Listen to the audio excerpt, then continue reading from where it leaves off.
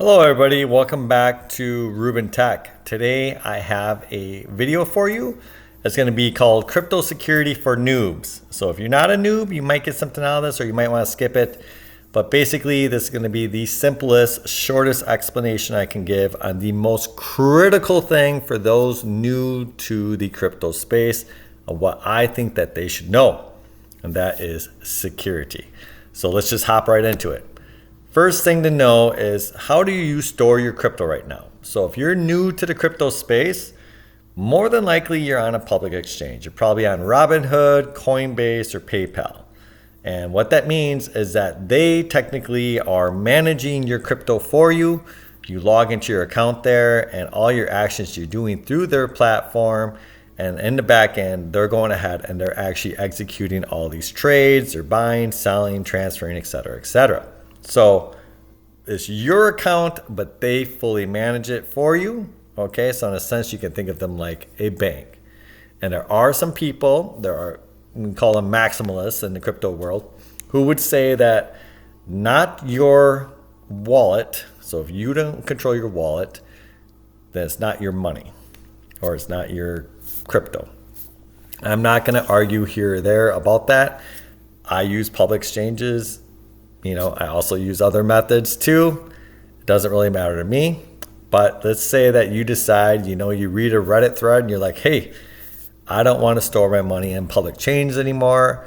I am going to become a maximalist. Well, then you have two other options to store your crypto. You have something called hot storage, which is basically like a crypto wallet on your phone or computer. It's called hot because it's always connected to the internet. So it's always,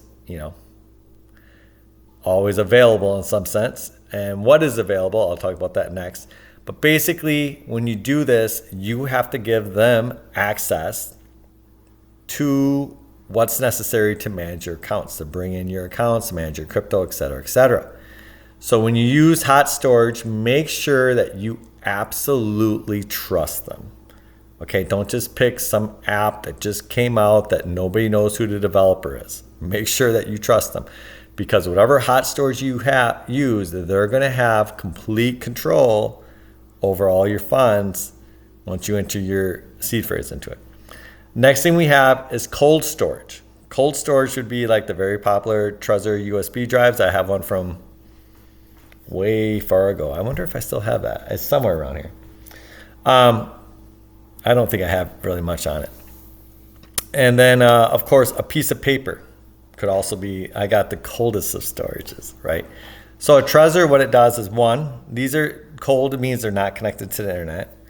Now, a Trezor, you can connect to the internet, but apparently when you use it, your private keys, when they sign a transaction, they're never revealed. They're done on the device. Your signatures pass through, but not the actual private keys. So they're never exposed to the internet, how it goes. Does that mean it's impossible to hack? I don't know. That's why I have a piece of paper as the coldest of storage, because a piece of paper, unless you take a photo of it, put it out on the internet, can never be connected to the internet. Okay. So you might say, well, what exactly are you talking about here? What am I storing on this piece of paper? Well, that's where we come to this thing. You got to know about seed phrases, private public keys, and public address. And I'm going to keep this very simple, very high level. Your seed phrase is a mnemonic. It's typically 24 words for Bitcoin.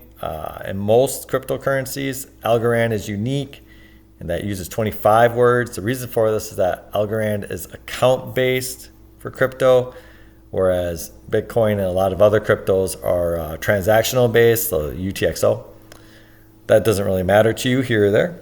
Just know that when you use a cold or hot storage, when you manage your own money, the first thing you're gonna do when you get an account or you get a new wallet is they're gonna give you a seed phrase. Okay? And so this links to your account, Algorand, or your wallets with your private keys for BTC, etc. And so this phrase is super important. Never, ever, ever give it to anyone. Whoever has this has complete and total control over your account. So when we come back here, if you were going, you generate, let's say you use hot storage, you use an app, you found an app you trust, you generate a wallet, it's going to give you a seed phrase.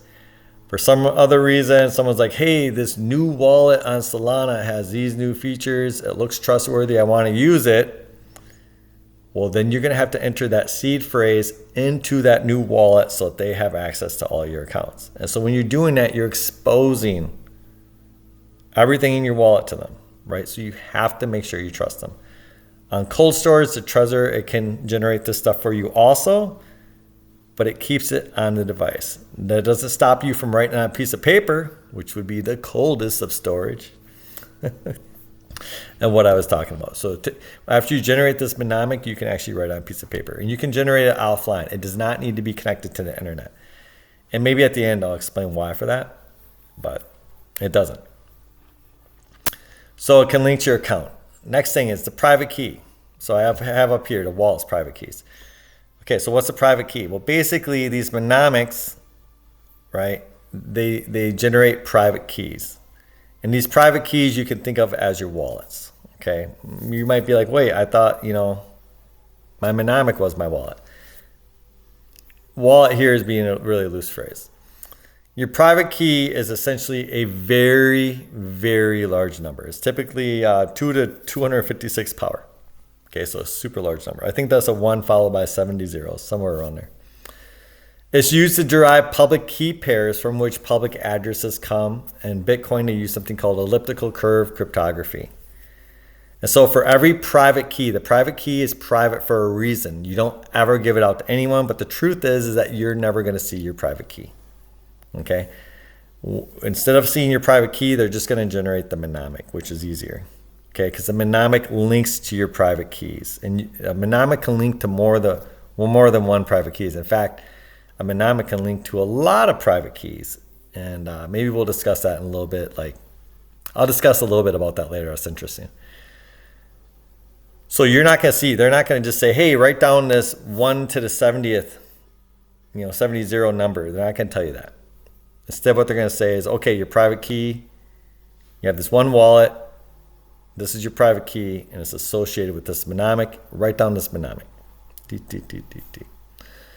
Or they're going to say, hey, you have 5 wallets on this app. You have 5 private keys. They're associated with this mnemonic. Write down this mnemonic. And then that mnemonic can derive all your private keys. When you have elliptical curve cryptography, it's a fancy way of saying they use this curve.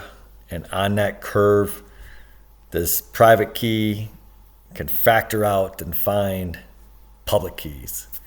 And so these public keys pair with the private key to be a public-private key pair.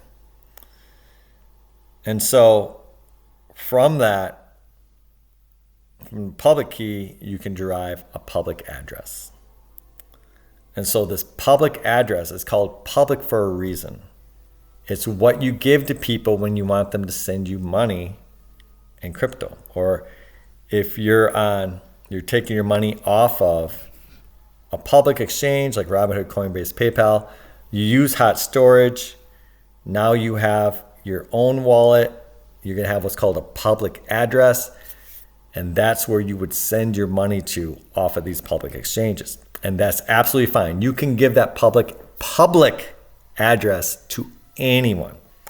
And the reason for that is that while it's easy to go one way, from the private key to the public key to the public address, it is near impossible right now to go the other way, from the public address to the public key to the private key. Now, quantum computing might change that. It will change that. We have to assume quantum computing will come, which I do assume it will come since we already have quantum computers. But that's neither here nor there. That's another discussion. So with what we have right now, it is, for all intents and purposes, impossible. It's practically impossible to go from the public address to a private key. So the security for this is never give your seed phrase to anyone. I would say never give your public keys to anyone, but again, it's very unlikely that you're going to have your public keys. You're just going to have the mnemonic phrases. Don't ever give those to any human being. No human being. If you're using an app, a hot wallet app, and I can't think of one off the top of my head, but that would have this feature, but maybe it has customer support. I don't know. I'm trying to think of one that does, but I don't know. Let's say they have customer support, and customer support is like, hey, I need your seed phrase. Never, that would never be legitimate. Never. Don't ever give your seed phrase to anyone. Whoever has your seed phrase whoever has the seed phrase controls the wallets. Okay? So if you have $1,000 in there, then you're saying, hey, you have absolute control of this. Okay? That said, if you're going to go from one hot storage to another, if you're going to go from cold storage to hot storage, you have to trust the apps because you are going to have to enter your seed phrase into the app. Okay, or, I guess you could go from hot storage to cold storage, and you're going to have to enter your phrase into that cold storage. Okay? But there should be no reason that you ever give to a person. And really, if you're going to give to an app, make sure you trust the app. Now, let me talk a little bit more about this. This is a side note. So that's all you need to know. There's the basics. The video is done for those of you. Be sure to like and subscribe down below. Now, if you're interested in some other stuff, let's talk a little bit more about this. I mentioned earlier that the mnemonic phrase can be generated offline, and that's absolutely correct. In fact, right, you don't have to have a connection to the internet ever.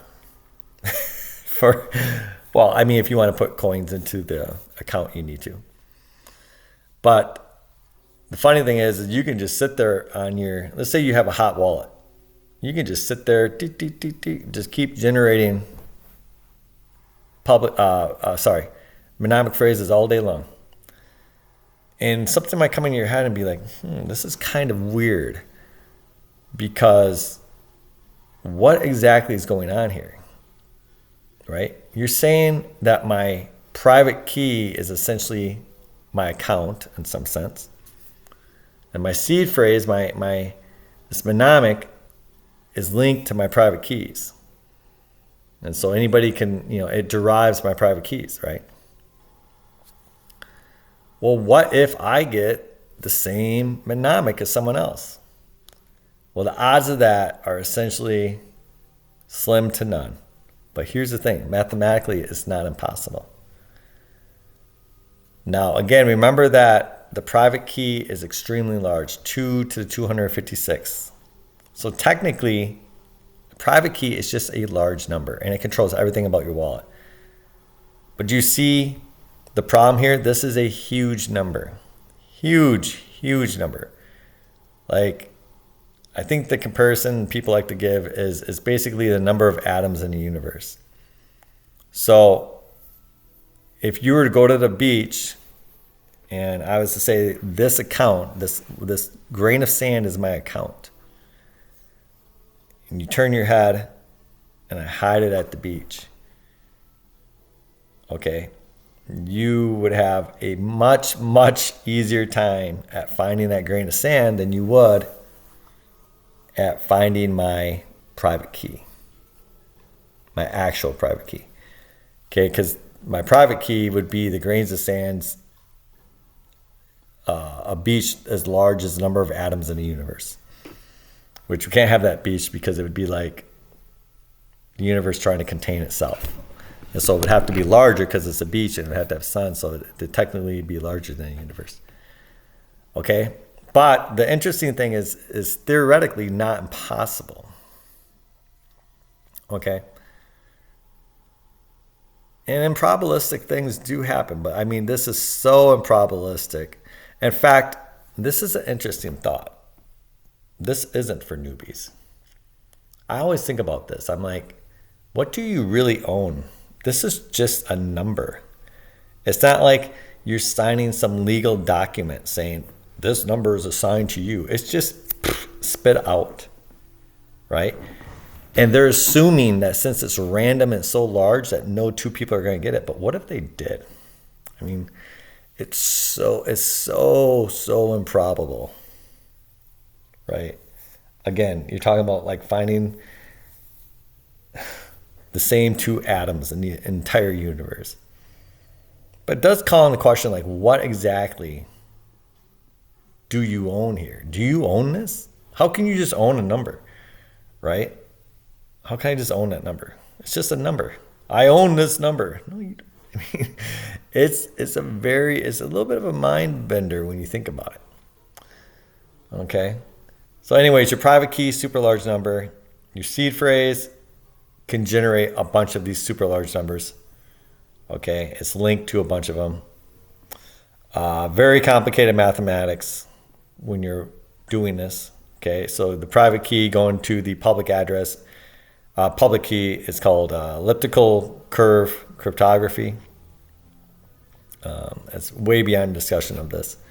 But essentially, that's what I got for you. So when you are generating this private or these seed phrases, they can do it offline.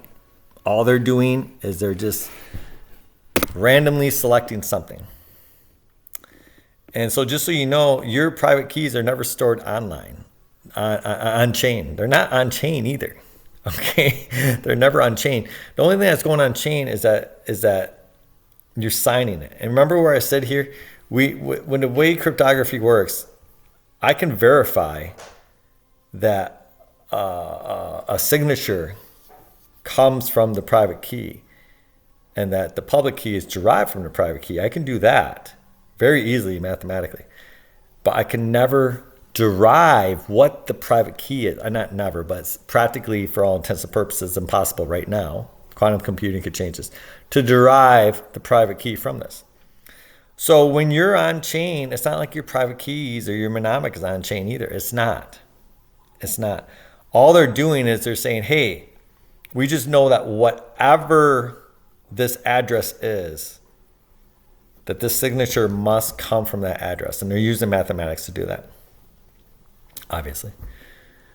But yeah, so that's it in a nutshell. This is very basic stuff as security. This is not investment advice, okay? Just so you know, I'm not telling you to get in.